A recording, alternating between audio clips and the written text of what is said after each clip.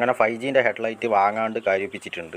നമ്മളെ വർക്ക്ഷോപ്പിലെ ഏട്ടൻ ചങ്ങായി ഒരു വണ്ടി ആക്സിഡൻറ്റ് വണ്ടീൻ്റെ ഒന്ന് ഡൂം ഒപ്പിച്ച് തന്നിട്ടുണ്ട്. പൈസയൊന്നും വാങ്ങിയിട്ടില്ല ചങ്ങായി.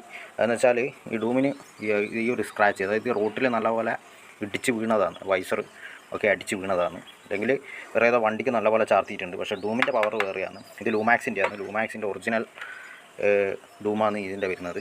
അതായത് ഇതിന് പൈസ കൂടുതലാണ്. 2000 അത് 1800 ആ ഒരു റേറ്റിൽ വരുന്നുണ്ട്. പക്ഷേ ഇതിൻ്റെ വോൾട്ടേജ് എന്ന് പറഞ്ഞാൽ driving beam 9.3 volt 6.5 watts, passing beam 6.2 volt 4.3 watt. അപ്പോൾ ഇങ്ങനെ ഈ വോൾട്ടും വാട്ട്സും കണക്കിന് വരുമ്പോൾ നമ്മൾ കുറച്ച് ശ്രദ്ധിക്കാനുണ്ട്. ഇത് നമ്മളെ 4Gയിലേക്ക് സെറ്റ് ചെയ്യാൻ വേണ്ടിയിട്ടാണ്, ആക്റ്റീവ 4Gയിലേക്ക് സെറ്റ് ചെയ്യാൻ. കാരണം എൻ്റെ വണ്ടി ഇപ്പം കുറച്ച് കാലമായി, 5-8 കൊല്ലമായി.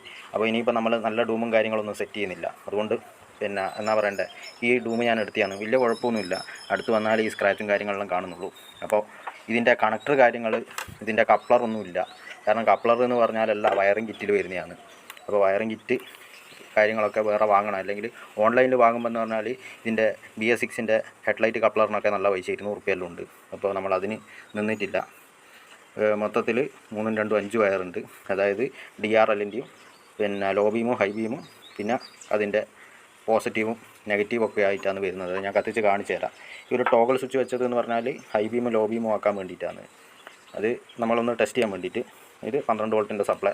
ഇത് മെയിനായിട്ട് ശ്രദ്ധിക്കേണ്ട ഒരു കാര്യം എന്ന് പറഞ്ഞാൽ 12 വോൾട്ടിന് മുകളിലേക്ക് നമ്മൾ കൊടുക്കുമ്പോൾ പിന്നെ ബാറ്ററിയിലേക്ക് ചാർജ് കയറുമ്പോൾ ഈ ബൾബ് അടിച്ചു പോകും. അതുകൊണ്ട് 12 വോൾട്ട് കണക്കിന് 12 വോൾട്ട് 2 ആംപിയറിന് മുകളിലേക്ക് പോകാൻ പാടില്ല. ഒരു സ്റ്റെപ്പ് ഡൗണൊക്കെ വെക്കേണ്ടി വരും. DRL കുഴപ്പമില്ല, DRL പ്രശ്നമില്ല.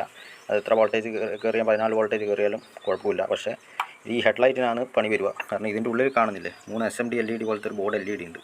ഇത് ചെറിയ, അതായത് ആ വോൾട്ടിനനുസരിച്ചുള്ള പിന്നെ വയറിംഗ് ആണ് 5Gയിൽ വരുന്നത്. അപ്പോൾ 4Gയിലേക്ക് ആക്കുമ്പോൾ വളരെ ശ്രദ്ധിക്കണം. അല്ലെങ്കിൽ നമുക്കിതൊക്കെ അഴിച്ച് പണിഞ്ഞിട്ട് ഇതിൻ്റെ ഉള്ളിലെ ബൾബെല്ലാം മാറ്റേണ്ടി വരും. ഈ ബൾബ് പൊതുവെ അടിച്ച് പോക്കില്ല. കാരണം 5G ഒക്കെ പഴയ 5Gൻ്റെ ഒക്കെ അങ്ങനെ നിൽക്കുന്നുണ്ട്. പക്ഷെ നമ്മളിപ്പോൾ എന്ന് വെച്ചാൽ ഈ ഒറ്റൊരു പ്രശ്നമേ ഉള്ളൂ. ഈ ഒരു സ്ക്രാച്ച് വന്നത്. അപ്പോൾ പുള്ളി എനിക്ക് വേണ്ടിയിട്ട് എടുത്തു വെച്ചതാണ് ഈ ഒരു 5Gൻ്റെ ഹെഡ്ലൈറ്റ്. നമ്മളൊന്നും എടുത്ത് കളയില്ല, നമ്മൾ മാക്സിമം അത് യൂസ് ചെയ്യും.